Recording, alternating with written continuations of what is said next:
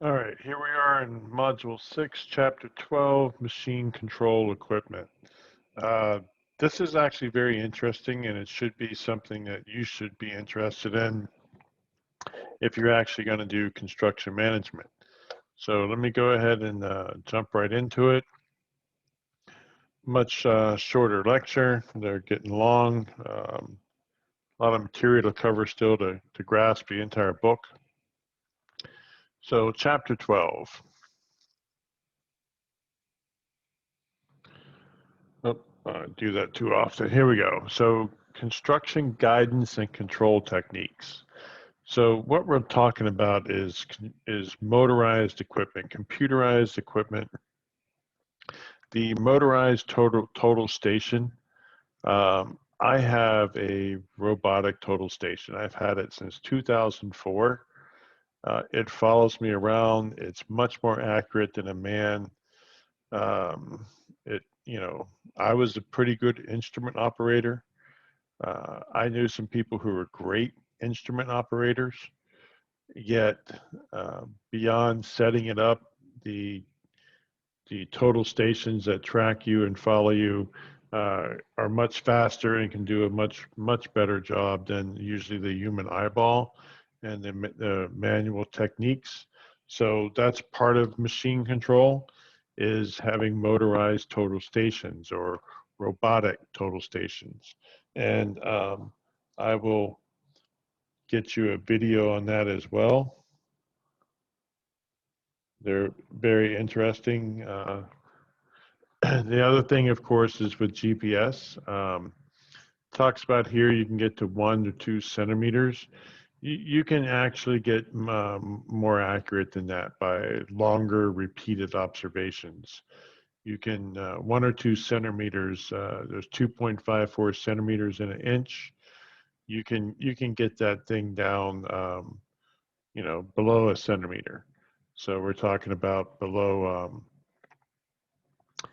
a half an inch in total, something in the lines of a third of an inch.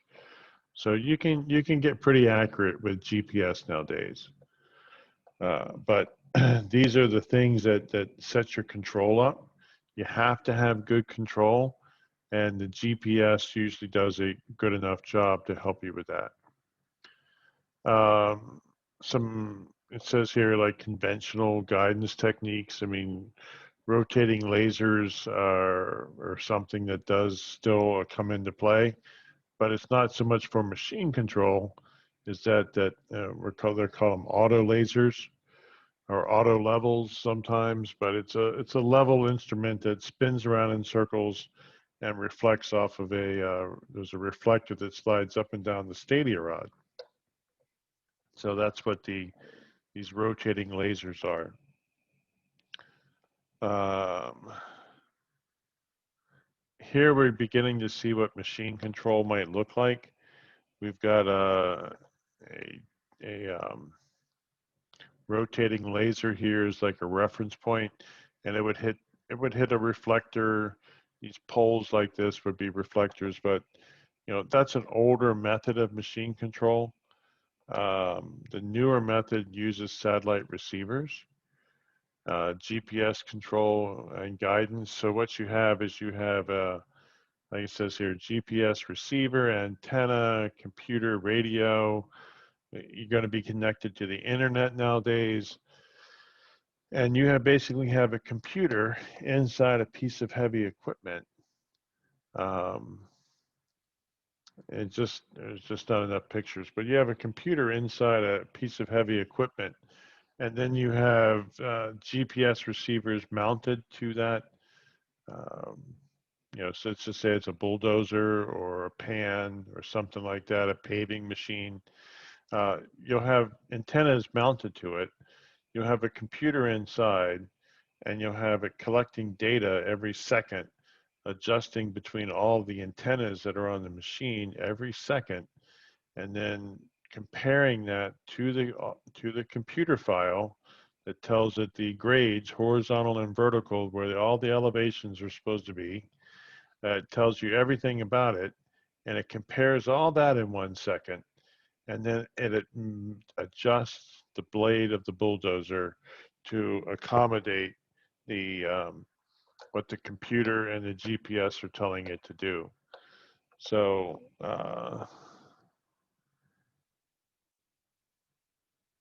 looking at this, we talk about cut and fill. So cut literally is how much dirt you're going to remove, and fill is how much dirt you're going to add. And just to keep in mind, like, a bulldozer can't move something 6 feet thick. If you drop down 6 feet deep, a bulldozer's not going to move it. It has to move it, a few inches at a time. And in doing that, the computer knows that. So when you're dealing with machine control, and let's just say a bulldozer eventually has to cut to remove like 6 inches of dirt, 6 feet, it's going to do it at 3 to 6 inches at a time. And the computer is going to take that into account, the limitations of the piece of equipment, and only control that blade a few inches at a time. And the same thing with filling. When you fill an area, if you want to compact it, you can only fill a few inches at a time, and you have to roll it and compact it.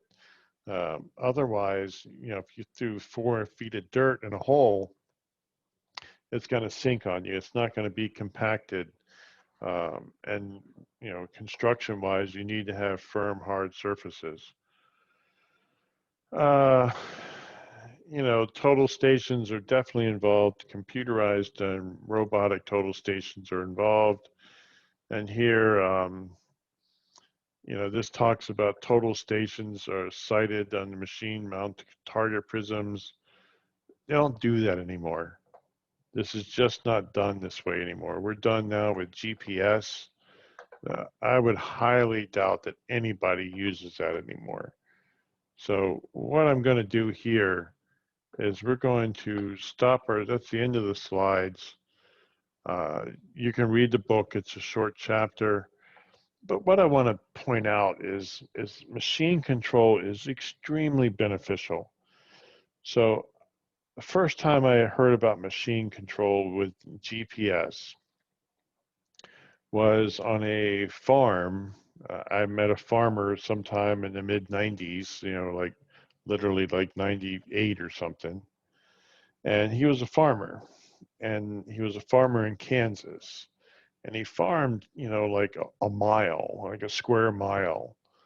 And so he had these big fields, and he would run a tractor, an automated tractor.